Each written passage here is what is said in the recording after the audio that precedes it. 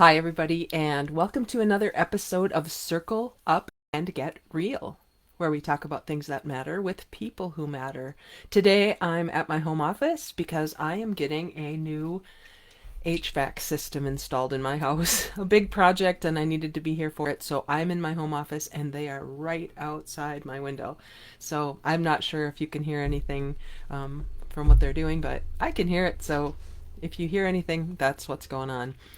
And today I wanted to talk about a mastermind group. I know if you've been listening to me at all over the last few years, you know that this has been a really important part of my career, my life, these mastermind groups. And the term comes from Napoleon Hill's work that started with a series of books called The Law of Success. And The Law of Success was a really fat well, when it got combined, it was a really fat book of all these principles that he had then combined and put into the book Think and Grow Rich in 1937. But his work actually started when he started, actually putting it together. It was 1928 or so. And I have one of the original volumes. It's not quite original, I guess. It's from 1942. And it was originally the original copyright for this one I'm holding in my hand, which is called The Mastermind, was from 1937, and the copyright prior to revision was 1928. So this is not a new concept, but the power and I guess we're calling it the case for a mastermind today came from my Wednesday mastermind group, which we've been together since 2019. We meet every Wednesday morning at 7:30 virtually. One of the people, I should say, one is in Minneapolis, one is in Rochester, two of us are in Fargo, and one is in Austin, Texas. So we're all over. And we diligently get together every Wednesday morning to talk about whatever is currently on our hearts and minds. And today, I just wanted to share with you some of the conversation that happened today because often I've been the facilitator of these groups. I was certified in life success consulting back in 2008 with Bob Proctor. That's where I first got really familiar with Think and Grow Rich and started facilitating these mastermind groups, studying those principles. And so we've been together doing this for however many years that is, 7 years now. And what I've experienced as the facilitator is great. I can see where people are doing their best to stay in what Napoleon Hill calls the spirit of harmony, where we are all working toward something instead of trying to be right about anything. We've come to term that conscious leadership, above the line, open, curious, committed to learning. We use that term a lot now because we did actually study that book, The 15 Commitments of Conscious Leadership, in a 15-week period of time in this group. So we use that now as one of our fundamentals or our foundational elements. And as we were talking today, I sort of stepped into a participant role, which I do on occasion, on a lot of occasions now. When I started as a facilitator, but eventually I grew to be part of the group. And today I had a little business challenge that I just wanted to talk through. And sometimes you just need to hear yourself talk through some things. That's what I've noticed has been really helpful for all of us in this mastermind group. When we have something, we might say, "Hey, I need you this week. I need you today." And then one person might have an issue that he or she needs to really talk through. And today it was me for a lot of the conversation. And we talked about business challenges. Some of us are we're in different stages of our business on this call. And so we have different points of view and different perspectives that we can share. And just being in that space of them allowing me to speak. It's hard to explain speaking into a space, but when you can speak into a space of other people's listening, at least for me, it causes me to get some clarity that I wouldn't have on my own. And so after I talked through this business challenge I have with them, we also in that conversation had talked about AI and how, there are ups and downs, ins and outs about AI. We can be negative about it, we can be positive about it. There's just a lot to kick around with that. And we decided that AI is going to be around for a long time, if not forever. And so we could do best to embrace it instead of diss it. So we just talked about how we would use it, how we could use it for good instead of using it for ill. And I mean, that's true of anything, isn't it? You can use it for good or for bad. And so then I came out of that meeting with them and I went to Claude, which Claude is new to me a little bit. And I've been kind of getting to know Claude, and Claude's been getting to know me over the past, I'm going to say, couple of months.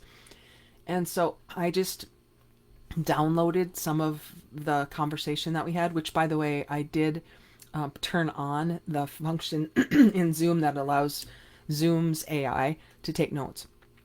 So I had that on today, and I downloaded all of the notes, and then I uploaded the notes to Claude, and I explained the situation that I'm not, I wouldn't even say struggling with, it's just a business thing.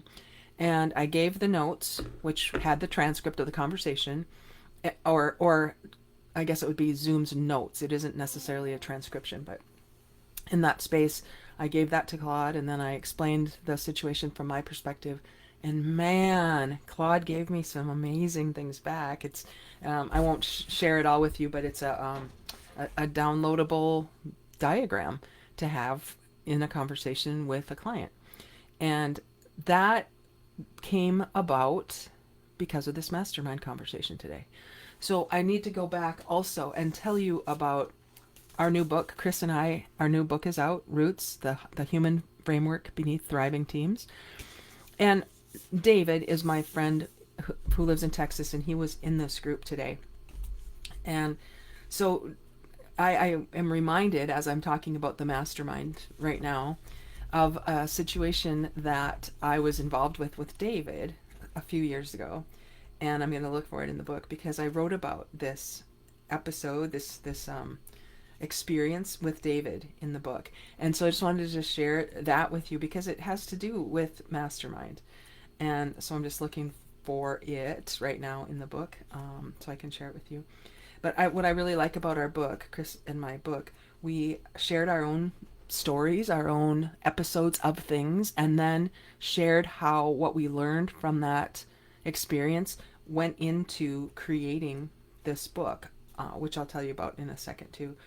But here's the chapter. It's thread 10, and the threads are 4 elements that show up in each of the 4 roots, which are what we talk about. Roots, the human framework beneath thriving teams.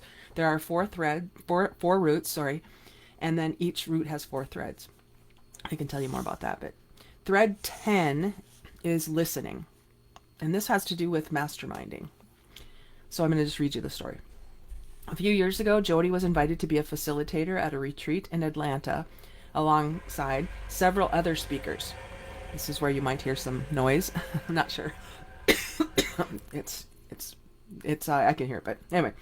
2 weeks before the event, the hosting organization called to cancel.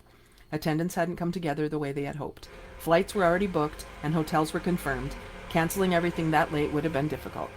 The organizer offered a simple alternative. If the speakers still wanted to come, he would make sure they had space to share their work with one another. All of them decided to go anyway. That organizer was David.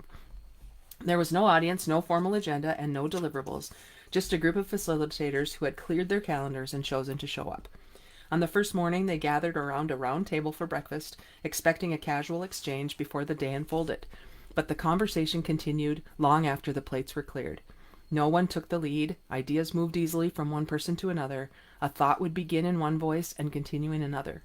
Silence wasn't something to avoid, it gave the next insight room to appear. At some point they realized the restaurant had emptied before the conversation did. None of them wanted to be the one to stand up and end it. Jodee had studied and facilitated Napoleon Hill's work for more than a decade. Hill described something he called the mastermind, the emergence of a third intelligence when people gather in a spirit of harmony. That morning she felt it. The conversation worked because everyone was paying attention in a particular way. Listening in emergent conversation, which is the root we're talking about in the book at this point, is different from the kind of listening most of us were taught. No one had come trying to generate insight. The original agenda had dissolved, and with it, any attachment to outcome. What remained was a dialogue. a rhythm of speaking, listening, and allowing. Real listening had opened a channel where the group could think together. And that's what I experienced as a participant then in Atlanta and this morning. And so I look at this book that is on my shelf. If you're watching the video of this, you can see it's a very old book. As I said earlier, it's from 1942. And this whole volume is about the mastermind, which is that feeling, that opportunity to experience what happens when people are actually giving you attention without their own agendas. And in that space, what I've learned, both as a participant and as a facilitator, is that you can't really manufacture that. You can't guarantee that. You can't always expect that, especially if the spirit of harmony is not present, meaning people are there for their own agendas or they're not really holding that listening space the way they could. When it happens, it's magic, and you know the distinction. So I just wanted to pop in here quickly today and remind me and all of us about the importance of presence, being present in conversations, not feeling the need to prove yourself or to justify any position. The opportunity to experience what can happen when we allow things to emerge. Again, that might be new. It might not be something we're great at because we've been so conditioned to be efficient with our time and not allow things. We're supposed to make it and produce it and agenda-ize it. And I'm just curious about what could happen if we didn't always do that. I'm not saying to do this all the time, but if we're really intentional, even when we go out for coffee with someone, even if we, I have a meeting this afternoon with one of my coaching clients, and I'm really excited to just be in that space again so that I can offer, as a facilitator, it's what I do, I can offer that space so that my client can have room to ponder and wonder. And that's when I'm seeing the value. As I look back on my career, I look back on, let's just say since 2020 when I rebranded to Get Real, and I think about what I've been privy to in the conversations I've had with the clients that have trusted me with their ideas and their challenges. And I've been thinking about that over the past, I don't know, couple of months, maybe 6 months. What is the value of that? Because everything's about, I shouldn't say it like that. It feels like sometimes in business especially that everything needs to be measurable and everything needs to be accounted for. And so I wonder about the value that we can feel in having a space that feels safe to work things out. They don't have to be perfect yet. I'm grateful for the clients that have trusted me over the past few years to actually offer that space without knowing exactly how we were going to measure the results of it. But in looking back today, after the conversation I had with my mastermind group this morning, there's a lot of value. We just sometimes need to stop long enough to take a look back.